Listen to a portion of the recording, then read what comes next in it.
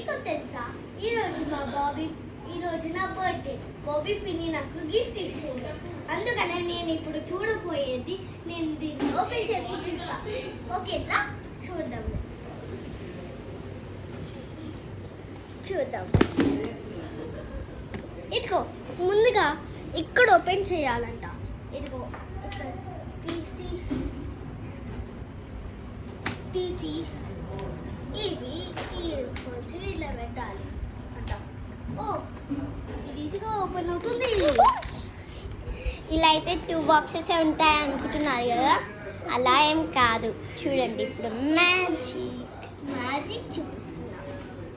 చూడండి, దీంట్లో కూడా ఉంటాయి. చాలా బాగుంది.